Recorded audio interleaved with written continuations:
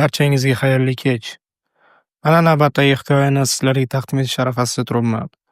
Ta'kidlash joizki, kundan kunga xalqimiz orasida mistik janrdagi hikoyalar rivojlanib bormoqda. Shu bilan parallel tarzda tinglovchilik madaniyati ham anchagina taraqqiy etmoqda, lekin guruch kurmaksiz bo'lmagani kabi ba'zi bir tinglovchilar bor.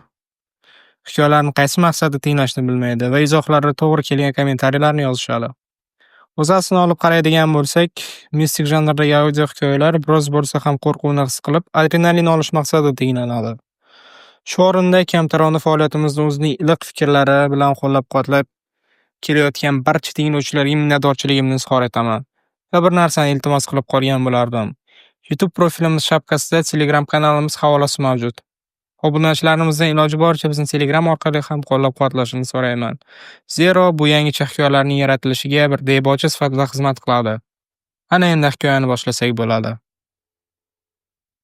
Tog'or allag'idagi bu joyni men ilk bor ko'rganimda havoning tiniqligidan boshim biroz aylanib qolgandi. Shahar changidan keyin bu joyning har nafasi boshqacha tuyulardi. Havo quruq, tiniq, ammo negadir qushlar qandaydir sust sayrardi. Biz Malika bilan bu o'yinni oson topmaganmiz. Parkent tumanining yuqorisida Soylik degan kichik, xaritada ham arang ko'rinadigan qishloq joylashgan. Uy asfalt yo'ldan taxminan 3 kilometr narida, chang yo'lning oxirida joylashgan edi. Eng yaqin qo'shnilar Bibisora momo degan keksaygan ayol bilan uning nevarasi. Ular bizdan 100-120 metr narida yashashardi. Uy eski, lekin mustahkam. Yog'och, tom, toshdan qurilgan devorlar, hovlining o'rtasida bir dona keksa tut daraxti. Menimcha bu o'nlab yillar davomida shamol, yomg'ir va qorlar bilan kurashib kelgan. Va shunga o'rganib qolgan. Malika bot-bot, uy unchalik emas-ku, lekin uning o'rnashgan joyi yaxshi ekan. Bu joyda yashash bizga tinchlik beradi, deb takrorlardi. Men ham shunga ishonmoqchi bo'lardim. Biz har kuni ertalab ishga ketamiz, u poliklinikaga, men esa Toshkentga mashinada qatnayman. Uy kunduzlari bo'sh qoladi. Har safar qaytganimizda deraza oynalarida chang biroz ko'paygan bo'lardi. Go'yo kimdir ichkaridan nafas olgandek. Dastlab buni e'tiborga olmadim. Ammo oradan 2 oy o'tib, kechalari havo o'zgardi. Tunda derazalarga qattiq uriladigan shamol yo'q, lekin har gal uyg'onib ketsam, devorlar orasida nimadir shivirlagandek tuyulardi. Go'yo uy jimjitlikni saqlay olmayotgandek. U ham gapirmoqchi bo'lardi. Men bu tovushlarga izoh topishga harakat qilardim. Balki shamol, balki kemiruvchi, balki eski quvurlardir. Bilmadim. Ammo har safar quloq solsam, tovushlar odamning nafasi kabi eshitilardi. Sokin, lekin o'z ohangida. Malika esa bu haqda gapirmasdi. Har gal unga aytsam, u jilmayib, "Ko'p ishlab charchab qolyapsiz shekilli. Uydan xavfsiz joy yo'q-ku, nimaga vahima qilasiz?" derdi. Ammo u ham ba'zan kechasi uyg'onib derazaga qarab jim turardi. Men so'radim, "Nima bo'ldi?" U esa faqat boshini chayqab, "Hech narsa, shamol bo'lyapti" derdi. Ammo men bilardim, bu shamol emas edi. O'sha kuni ish juda og'ir bo'lgan. Kechqurun soat 11larda uyga qaytdim. Havo sovuq. Tog'lardan kelayotgan shamol tut barglarini shitirlatib, uyning tomini asta silkitardi. Malika uxlab yotgan edi. Men charchoqdan qadam bosishga ham erinardim. Choy ichib, xonani aylanib chiqdim. Har doim kechasi bu uy boshqacha bo'lib qoladi. Kunduzlari oson, yorug', havodor. Kechasi esa nimadir bosib turgandek. Jimlik. Bu jimlik esa haddan ortiq chuqur. Men yotoqxonaga kirdim. Chiroqni o'chirib yotdim. Ammo ko'zim ilinar-ilinmas nimadir qulog'imga chalinib qoldi. Avvaliga o'sha shamol deb o'yladim. Keyin diqqat bilan quloq soldim. Devordan nafas ovozi eshitilardi. Sokin, ammo aniq. Kimdir devor ichida qalin tosh orqasida nafas olayotgandek. Men asta o'rnimdan turdim. Yorug'lik yo'q. Faqat oynadan tushayotgan oy nuri devorga chiziqcha tushib turardi. Men sapchib orqaga tisarildim. Yuragim qattiq ura boshladi. Bu so'zlar go'yo odamning og'zidan chiqayotgandek edi. Lekin devorning ichidan men chiroqni yoqdim. Devor qattiq urib ko'rdim. Tovush qoldi. Faqat tosh ostidan sovuq havo chiqib turardi. Ertasi kuni ertalab bu haqda Malika bilan gaplashdim. Kechasi devordan kimdir nafas olayotgandek edi dedim. U menga qarab kuldi. Shamol. Bu yerda har kun kechqurun shunaqa tovushlar chiqadi. Yangi joy. O'rganmagansiz-da hali. Men jim qoldim. Chunki shamol emasligini aniq bilardim. Shamol gapirmaydi. O'sha kundan keyin men uxlay olmay qo'ydim. Har safar tun cho'kkanida uy go'yo tiralardi. Qo'lg'ichirlar, devor g'uvirlardi. Tomda nimadir yurgandek tovush eshitilardi. Bir kecha men bir narsani sezdim. Tut daraxtning soyasi nimada qimirladi. Qora, noaniq, odamga o'xshagan narsa. Ammo chiqib qaraganimda hech kim yo'q edi. Faqat yerda eski surat parchasini topdim. Surat eski, sarg'aygan. Unda kulib turgan ayol va kichkina bola. Orqa fonda esa bizning uyimiz edi. Orqasida titroq yozuvlar bilan bitta so'z yozilgan. Men seni kutyapman. O'sha suratni topganimdan keyin yuragimning tinchligi qoldi. Har kuni ishda ham o'sha surat, o'sha so'z qulog'imga jaranglardi. Men seni kutyapman. Bir kun tushlik payti telefonimga notanish raqamdan qo'ng'iroq keldi. Go'shakni ko'tardim. Javlon aka? Ha, menman. Bu men Ibrohimman, uy masalasida. Esladim. Bu uyning sobiq egasi. Biz uyga kelgan paytda u joyda shoshilinch sotgan edi. O'shanda shahar tomon ko'chib ketyapman degandi. Endi esa o'zi telefon qilyapti. Biz parkent markazidagi Bo'ston choyxonasida uchrashishga kelishdik. Choyxona tuman bozorining narigi tomonida. Daraxtlar orasida joylashgan. Qish boshlangan, havoda nozik tuman bor edi. Ibrohim aka o'tirgan joyida biroz cho'kkan, yuzida uzoq kechalar izi bor. Ko'zlari chuqur, ammo sovuq. Men uning yoniga borib o'tirdim. Yaxshimisiz, kechirasiz, sizni kutmagandim. Uyga joylashib ketdingizmi dedi. Joylashdik, faqat biroz g'alati holatlar bo'lyapti. U boshini keskin ko'tardi. Qanday holatlar? Men o'zimni tuta olmay hammasini aytdim. Kechasi devorlardan eshitilgan nafas, surat, sovuq havo, malikaning jim turishlari. U hech narsa demay uzoq jim o'tirdi. Keyin pichirlab gap boshladi. Men sizga bu uyni sotganimda hammasini ketmoqchi emasdim, lekin o'sha uy meni ketkazdi. Siz endi tushunyapsiz bu narsani. Qanday qilib u odamni ketkazadi dedim.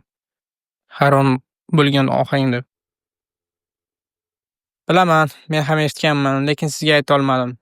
Bu so'zdan keyin ichimga g'azab o'rmaladi. Qo'limda turgan piyolani stolga qattiq qo'ydim.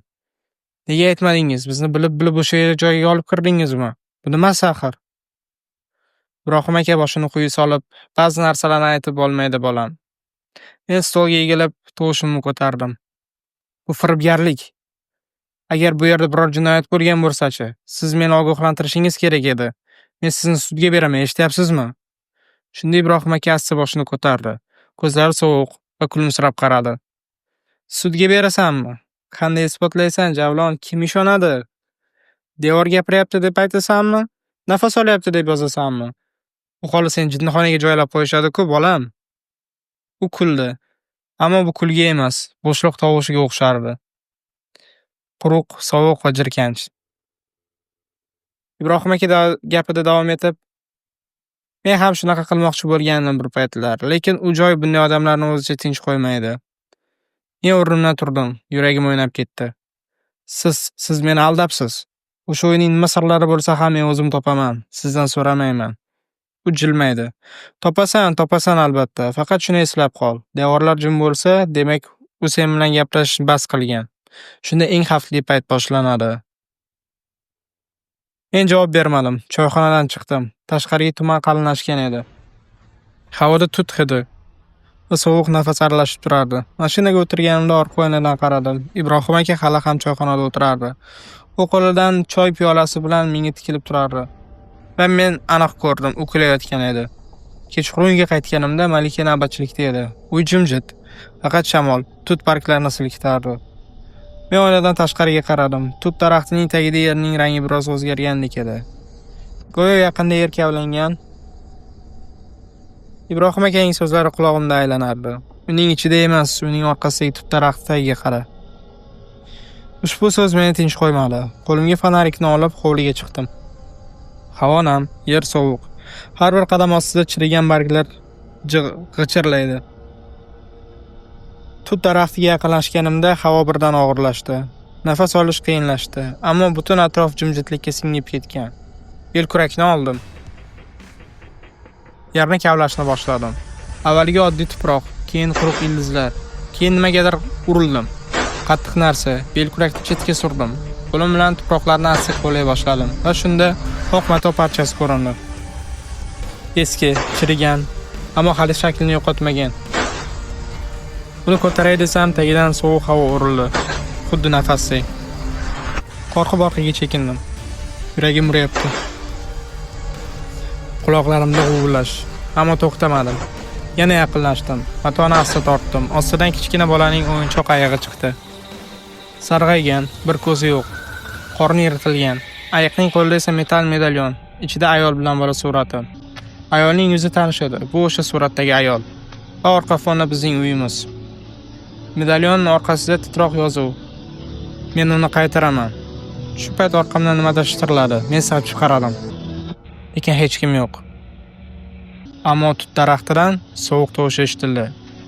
Nega meni uyg'otding? Ha, men aqldan ozayotgan bo'lsam kerak, dedim o'zimga o'zim. Orqamga qaramay yugurib uyning ichiga kirdim. Nafasim qisildi. Qo'llarim titrardi. Deraza oldida to'xtadim. Oy nuri hovliga tushgan, ammo tut daraxtining tagida hozir kimdir turgandek. Soyasi uzun, ayol qomatiga o'xshaydi. U jim, harakatsiz. Faqat boshini sekin ko'tardi. Men qotib qoldim. U ko'zlari bilan to'g'ri derazaga, menga qarab turgandi. Va men eshitdim. Bu juda aniq. Xuddi uy ichida quloqim tagida aytilgandek. Men seni kutyapman, Javlon. O'sha kecha men uxlamadim. Ertasi kuni Malika qaytdi. U meni sovuq ko'zlari bilan qizarib ketgan holatda ko'rdi. Men unga hech narsa demadim, lekin u ham bir og'iz so'z aytmadi. Faqat kechasi chiroqni o'chirganimizda u asta o'girilib pichirladi. Siz ham nihoyat uni ko'rdingizmi, dedi. Malika bir muddat jim qoldi. So'ng Javlonning ko'ziga qarab ovozini pastlatdi.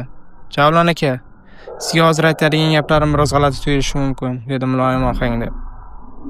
Lekin siz menga ishonasiz deb o'ylayman. Xo'sh, nima gap, dedim. Malika qo'llarini bir-biriga chimirildi.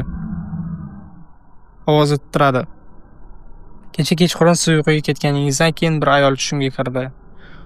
O'sha suratda turgan ayol, o'sha ko'ylak, o'sha ko'zlar, lekin tirik edi. Menga tik qarab turardi. U siz haqingizda gapirdi. Tomog'im qurib ketdi. Xo'sh, men haqimda nima dedi? Javlonni ogohlantir, endi u bizdan qocha olmaydi, dedi. Hali shu so'zlar qulog'imni jaranglayapti. Malika o'sha lahzani eslab seskandi. Bir eshitib dahshat vujudimni chulg'ab oldi. Xona ichidagi havo birdan sovib ketgandek bo'ldi. Shu payt tashqaridan qattiq shovqin eshitildi. Malika cho'chib o'rnidan turdi. Siz ham buni eshitdingizmi, dedi. Javob berishga ulgurmasimdan chiroqlar bir zum milt etib o'chdi. Qorong'ida qoldik. Qorong'ulik ichida eshik g'iyqillab ochildi. Shunda men nimanidir sezib ortimga o'girildim. Eshik yonida Malikaning tushida ko'rgan o'sha ayol turardi. Onda esa yuzsiz, g'alati qiyofadagi bola. Ikkalasi ham qimirlamay qop-qora ko'zlari bilan ularga tikilib turishardi. Malika dod deb yubordi va qo'limga yopishdi. Ayol esa asta ular tomon yura boshladi. Bizni tinch qo'y, dedi, orqaga tisarilib. Ammo ayol to'xtamadi. Biz orqaga chekina ombor tomonga o'tdik. Ombor eshigini g'iyqilab ochildi. Ichkaridan sovuq havo urildi. Kirishimiz bilan eshik ortidan o'qday yopildi. Malika titrab, Javlon aka, nima qilamiz, dedi. Atrofga qaradim. Eski javonlar, qutilar, zanglagan mixlar, ammo hech qayerdan chiqish yo'li yo'q edi. Shu payt o'sha ayol ombor eshigini asta ochib ichkariga bostirib kirdi. Bola esa uning yonidan hech ham ayrilmasdi. Ayolning ovozi yangradi. Bu safar yanada qo'rqinchli va chuqur. Javlon, bizdan qochib qutula olmaysan. U kulardi. U asta qo'lini cho'zib men tomon yurdi. Bola esa tag'in unga ergashdi. Malika qichqirib Javlonni orqaga tortdi. Ammo joy tor edi. Ayol yaqinlashardi. Uning changaldek sovuq qo'li mening yelkamga tegishi bilan birdan hammasi yorishib ketdi. Sapchib o'rnimdan turdim. O'z uyimda, o'z to'shagimda yotardim. Nafasim tez. Yuragim gurs-gurs etib urardi. Shunchaki tush, dedim peshonamdagi sovuq terlarni artib. Shu payt oshxona tarafdan Malikaning ovozi keldi. Uyg'ondingizmi, dedi. Bir yaxshi yangilik bor. Byudjetimizga mos uy topdim. Mana u egasining raqami, deb raqamni berdi. Yaxshi. Men gaplashib ko'raman, dedim. Shu tariqa nonushta qilib ishga ravona bo'ldim. O'sha raqamga telefon qildim. Egasi bilan gaplashdim. Bu uyning narxi ma'qul bo'lgan bo'lsa borib ko'rishingiz mumkin, dedi. Va lokatsiyani shu raqamga yuborishini aytib go'shakni qo'ydi.